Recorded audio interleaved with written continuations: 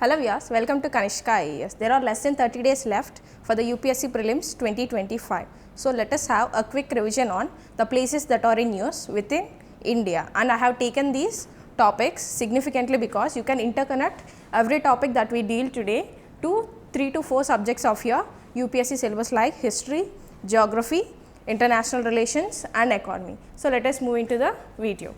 So the first topic is Port Blair was renamed as Sri Vijayapuram. What is this Port Blair? We already know that Port Blair is one of the 13 major ports of India. And where is this Port Blair is located? It is located in the Andaman and Nicobar Islands. To be very particular, it is located in the southern Andaman Island, and Andaman and Nicobar. These both are separated by the 10-degree channel. You have to remember Andaman and Nicobar Islands are separated by 10-degree channel. But coming to the Lakshadweep Island, the Amani and Kannur Islands were separated by 11-degree channel. You need to see this comparisons between both the islands, right? Now Port Blair also served as Navy headquarters during the Cholas rule, which you have to remember as part of historical significance, and it is located in the South Andaman Islands. We have already seen the location. Netaji Subhash Chandra Bose was the first person to hoist the Indian national flag from the Port Blair Island, right? The city was named after why there is a need and why it was renamed into Sri Vijayapuram, because the name Port Blair refers to the British officials. So to not have the colonial legacy of British officials, the Indian government has changed the name from the Port Blair to Sri Vijayapuram. This Port Blair is also known as Port Cornwallis. We can see that both these names refers to the British officials' names. So to not have those colonial legacy or the British names in India anymore, the government have taken this step and changed the name to Sri Vijayapuram. Coming to the next topic. And the next topic is 4 new Ramsar sites were added to the Ramsar wetland list in February, and the total list now became 89, which made India stand as the highest number of Ramsar sites in whole Asia. Why the 4 new wetland sites were added specifically on February 2nd? Because February 2nd was the World Wetlands Day, and on this occasion 4 new wetland sites were added to the wetland list. And what are the 4 sites? That is Sakarkottai Bird Sanctuary in Tamil Nadu, Tirthangal Bird Sanctuary also located in Tamil Nadu, and Ketchopalri Wetland in Sikkim and Udva Lake in Jharkhand. And the last addition of sites had taken place in August, and the new one had taken place in February, right? 85 to 89. 85 were in August. If the question was asked how many sites were there in 2024, you can say 85, but when the question is asked according to recent addition in 2025, you should name it as 89. Remember this point. Coming to the next topic, Kachi Island. Kachi Island was in the news recently for so many times. This is the area where you can expect a question in your UPSC prelims 2025. What is this Kachi Island? Kachi Island was brought up by the ruling government, that is Narendra Modi ji's government, during the Lok Sabha election against the Congress government.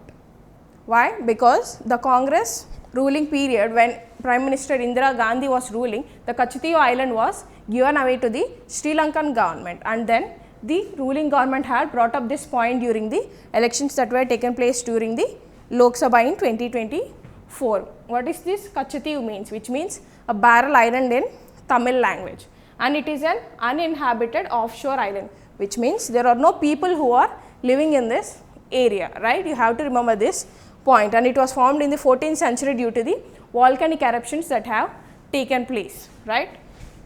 And it is not a huge island, it is only 1.6 kilometers in length and less than 300 meters in breadth.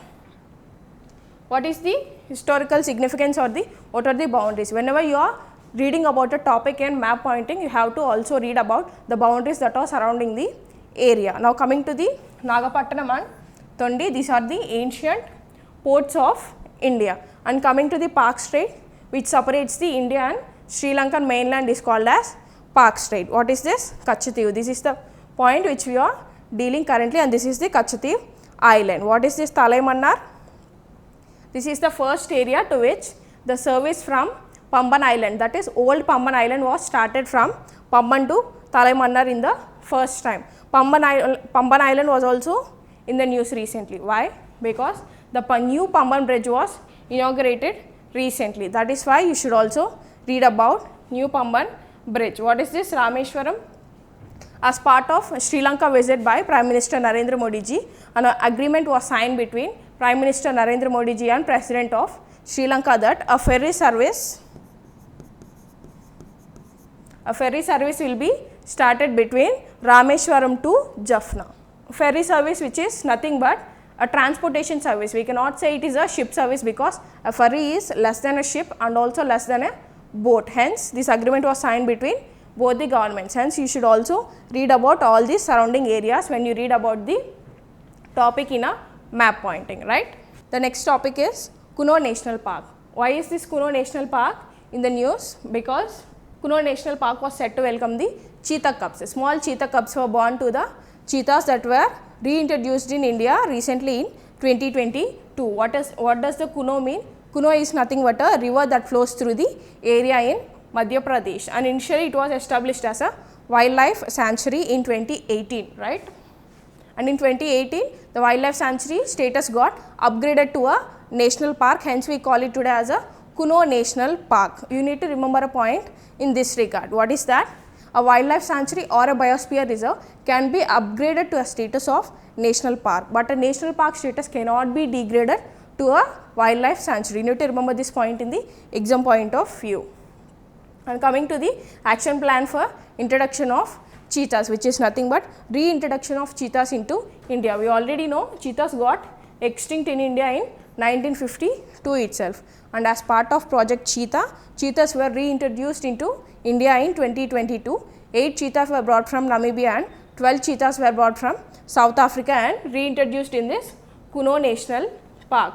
As the cheetahs were being died in this national park due to the infection that is being caused to them, a steering committee was appointed to study on this issue, and the steering part has recommended to relocate this cheetahs into the Gandhi Sagar Wildlife Sanctuary, which was located in Madhya Pradesh itself, right? This is what in the news about Kuno National Park and Gandhi Sagar Wildlife Sanctuary.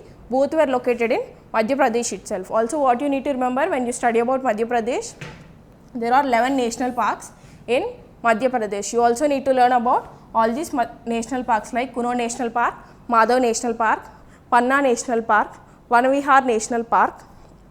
The most important is Bandhavgarh National Park. See, don't get confused between Bandhavgarh National Park and the Bandipur or Bannerghatta National Park in the Karnataka region. Both these belongs to Karnataka. Only Bandhavgarh National Park belongs to Madhya Pradesh, right?